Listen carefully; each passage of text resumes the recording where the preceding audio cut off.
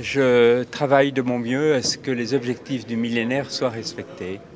Et en particulier, il y en a un d'entre eux qui est central, parce qu'il commande tous les autres, qui est celui de l'accès à l'eau et à l'assainissement de l'eau pour les pays les plus pauvres. Vous connaissez les objectifs du millénaire. Pour l'Afrique, l'objectif qui touche l'eau est tout particulièrement central. Et donc, j'ai accepté la responsabilité d'aider la Banque africaine de développement à faire mieux fonctionner et à financer les instruments qu'elle a dans le domaine de l'eau.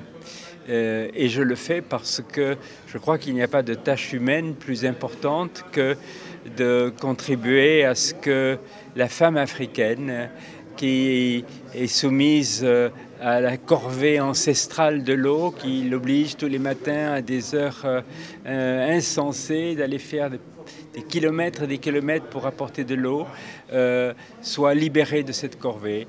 De la même manière, il faut que les petites filles d'Afrique qui quittent les écoles à l'âge de 9-10 ans parce qu'il n'y a pas d'intimité dans les toilettes et qui donc renoncent à toute culture, soit enfin mise en position de rester à l'école et de bénéficier d'une amélioration durable de leurs conditions. Et puis il y a le choc climatique qui est là et qui fait que si quelque chose ne change pas, entre 75 et 250 millions d'Africains seront menacés de devoir quitter leurs terres ancestrales parce qu'elles ne seront plus cultivables. Et donc il y a là des raisons majeures de faire en sorte que des financements soient réunis pour cela, que les méthodes soient améliorées, que les Africains soient mis en position de gouverner eux-mêmes toutes ces facilités, d'apporter leurs propres ressources à leur fonctionnement.